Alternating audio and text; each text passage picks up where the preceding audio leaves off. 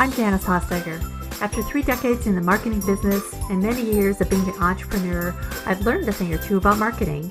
Join me as we talk about marketing, small business, and life in between. Welcome to My Weekly Marketing.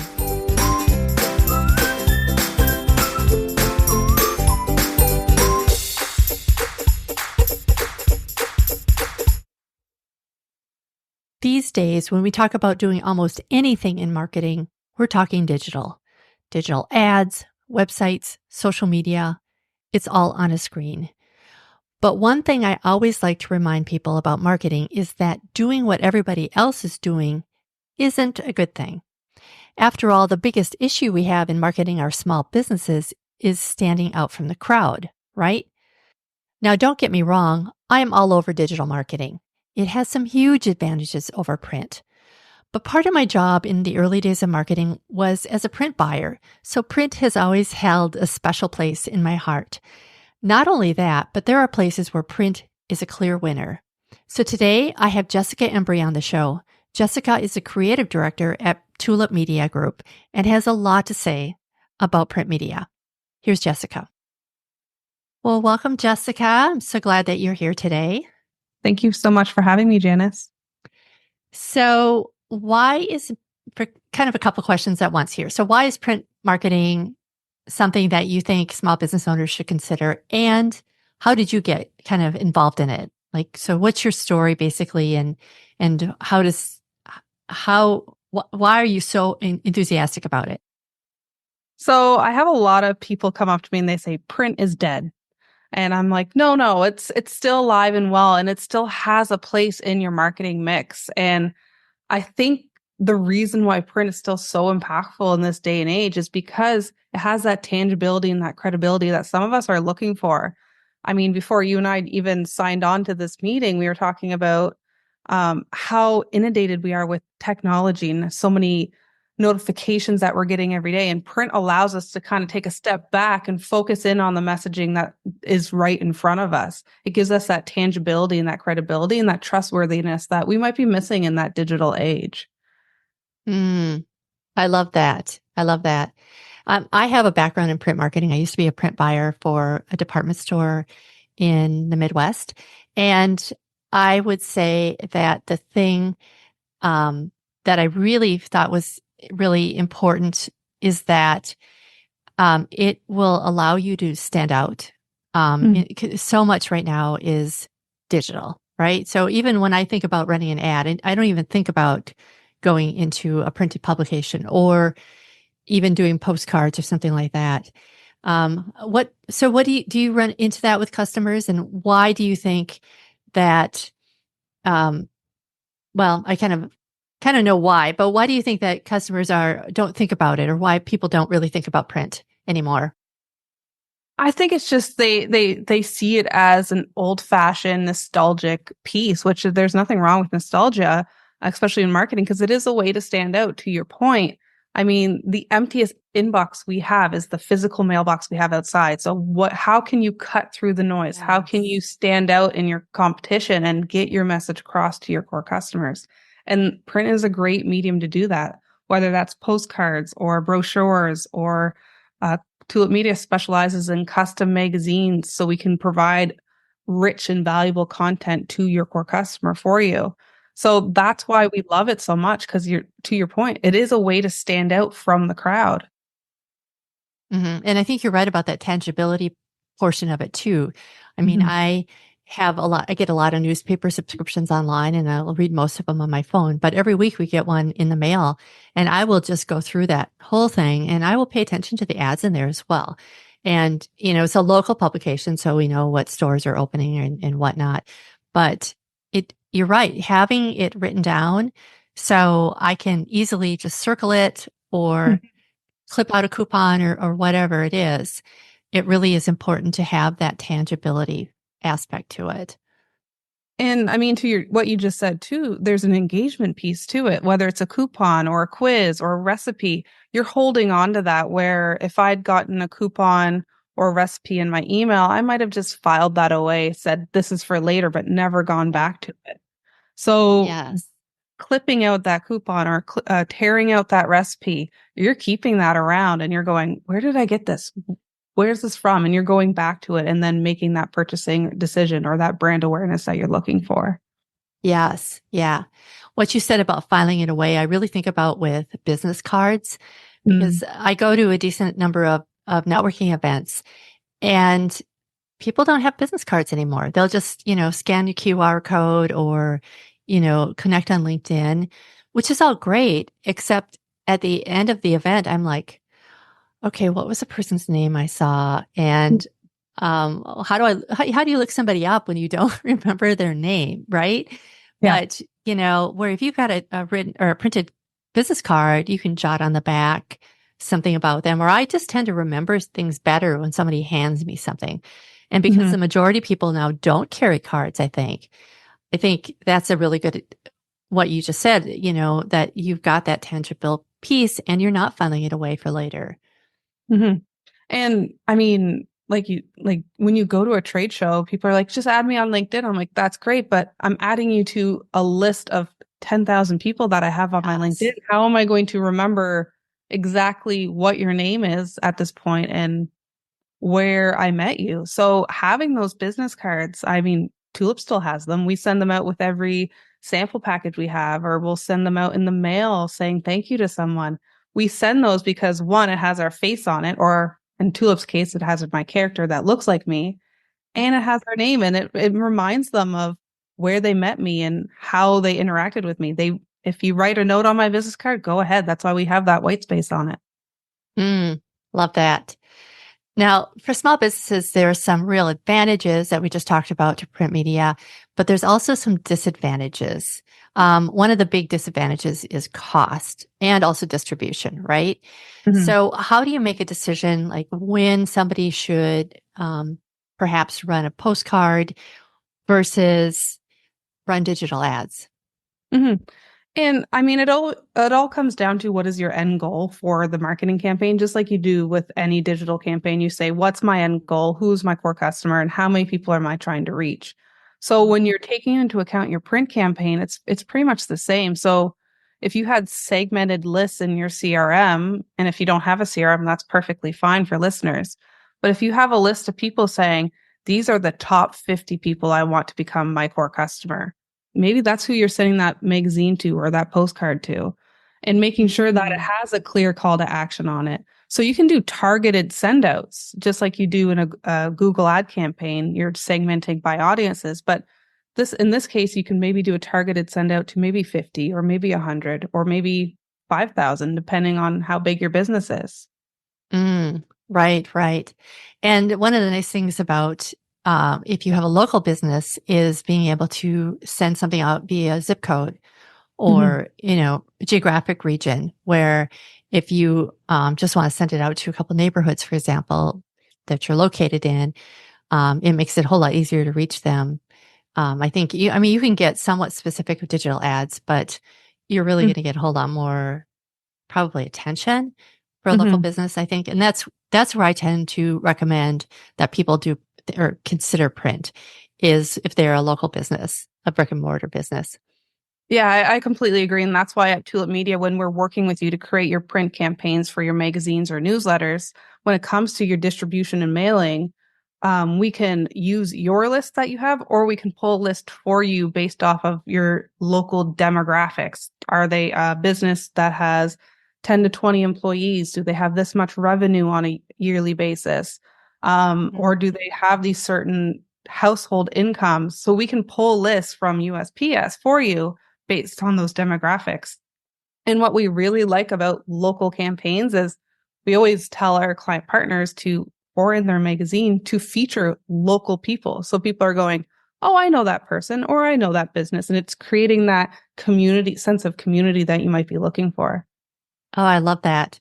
I also like that you're able to combine the like the technology of being able to segment your audience really tightly with an actual mailer. Because back in the day, that wasn't possible. And that is one of the reasons why people turn to digital ads is that you can segment them so Mhm. tightly.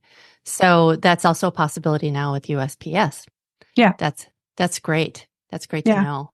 And always say, give us your current clients because it's a great retention strategy, but also give us your demographics that you're going looking after, and we can pull that list for you because that's a great brand awareness and maybe a foot in the door for a possible sale.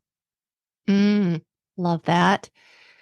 So let's say I'm running a small business Mhm. and I am a little intimidated by the cost. Are there some cost effective strategies that you recommend for a business that has a tighter budget? Yeah. When we're working with client partners of all various sizes, we have some client partners who say, listen, I want to do a 4-page newsletter. And that's what works for them and their budget and what the goal that they're trying to achieve. We have other clients that come to us and they're like, we want to do a 100-page magazine, glossy, perfect bound, beautiful, and send it out to 10,000 people. That's what works with their brand. And that's what their brand positioning is. So it works for them. So when it comes to small businesses who are listening, you really have to think about how many pages do I want? Because weight matters when it comes to mailing out. And how many copies do I want to send out? We have people who do 500 and we have people who do 10,000. So it really does depend on your needs and also the list that you might have. Hmm. So there isn't necessarily a particular type of print that you're recommending for tighter budgets. It's just really about looking at what your goal is and kind Hmm. of determining from there what will work. Yeah, Yeah. absolutely. Yeah. Yeah. I know when I worked it was a high end department store and, um, some of the art directors had some really big ideas of things that they wanted to do. And of course, we had to fit everything into a budget. So what I love to do was start where the idea was and take a look at the cost of that and then pare down from there so you can have a great idea for something, but you can either limit, the stock can vary quite a bit in terms of pricing, the paper stock. Mhm. What you're talking about, the types of binding, the price of that can change depending on what you're printing. Whether it's 4-color or 1-color, I mean, that affects the cost, or it can, maybe not as much these days with digital printing. But so there's so many elements that you can adjust in something. So, what I recommend to somebody who is interested in doing something printed is not to necessarily throw the baby out with the bathwater, so to speak, but it is to just take a look at what you're imagining, and let's find a way to make it possible. Yeah. And I think a great example of that is we have a client partner who does an 8-page newsletter with us quarterly. They're a fire truck manufacturer. So they are sending this newsletter out to all the fire chiefs in North America because those are who the core customer is. And the thing with the fire truck manufacturer is these are very niche products. They're $1 million trucks that are only needed every 10 years. So we use print because it's a great way to cut through the noise and get to those fire chiefs and their departments because we realize that when it comes time to go to tender for these fire trucks, they have to go to the community to get that authorization. So our content around that is all about how they can go to tender, 3 easy ways to write an RFP. So we're creating that engaging content like we talked about, and we're sending it to those fire chiefs. Now, to your point about what meeting your needs and with your goals is, we do this 8-page newsletter, but once in a while we'll send out a postcard because we want to remind them, hey, we're still here, or hey, I'm doing a Canadian tour to all the fire chiefs departments. Let me know if you're around, kind of postcard. Um, Mm, so sometimes we'll mix different formats of print with our campaigns to do that. that's a good idea. Yeah, and that's what I love about print too, is that you really can go fairly inexpensive, or you can. I mean, I've done really expensive pieces, and I'm sure you have too, where you've got different paper stocks that are being mixed together. You've got some, metallic print, or there's a lot of things that you can throw on a printed piece to really make it look upscale. And there's a way that you can make something that's inexpensive still look really nice on a limited budget. Yeah. Yeah. And when it comes to content too, you want to be mindful of what interests your core customer and how can you make this engaging with a call to action to meet your goals. So that's a common question we get from client partners at Tulip is what should I put in my magazine or what should I put in my print campaigns? And we always have to sit down with them saying, what is it that you're trying to sell? And how does your core customer come to you in the buyer's journey to buy it? And the fire truck manufacturer was a great example. Is fire chiefs are coming to the fire truck manufacturer saying, I don't know how to write a tender for a fire truck. If you help me, I'll get your business. So our content's always around that. Love that. And I think what you said earlier too, it definitely depends on what your goal is. And also I for dealing with print marketing, I still take people down what I call the trail to the sale. We start with the awareness phase and consider and compare and evaluate, and then it's a sell, and it can be like an upsell at that next, or, so there's ways to use print marketing throughout the entire customer journey and get them from the point where they are freshly aware of you to the point where they buy, and then beyond that to where they refer you to others. Yeah. So are there particular industries that you think that print marketing works especially well for, or do you feel like it's sort of industry agnostic, for example? I mean, Janice, we've had everything from private jets to jewelry manufacturers to insurance agencies, real estate. So we've had a little bit of everything, B2B, B2C. And honestly, we've found that print works for almost every industry. We just always want to make sure that it's meeting their needs and what goals they're trying to achieve. Gotcha. Yeah. So how do you measure the ROI of print marketing? That's a very common question, especially with the digital realm we live in. We're always looking at analytics, Google Ads, SEO, organic. And when it comes to print, there's a few things that you can do to make sure you're getting the ROI you're looking for. So some of the things we've seen is they have track and trace on every piece. The other things that we've seen is dynamic QR codes, so we can measure how much of scans they're getting every time they click it. Or we have jot URLs, special phone numbers that are just for the magazine. So there's a few things that you can do in your magazine that includes content that is value added as well. Great example. Oh, yeah. Sorry, I didn't mean to jump in there, but what is scan and trace? Track and trace. So it is. Okay. Yeah, it's just when it goes into the mailing system, we'll get a tracking ID that we can look at and make sure that people receive them. That's all that is. Yeah. Okay. Go ahead. I didn't mean to interrupt you. No, it's okay. The other thing we like to see in magazines as well is what we call valuable content that is downloadable, or transitional call to action, which is scan this QR code or scan this, hit this link, and you can get a free download of how to make a magazine, or do this quiz for free. So what that does is it draws them from your print campaign over to your digital campaigns, which is your website or something else. And they're putting in their email to download that free PDF. So we always like to have that type of content too, because we want to integrate print and digital. We realize that digital is very important still to your marketing strategy. So that's why we give you an online magazine. That's why we give you all the free QR codes and everything, so you can do this type of engaging content.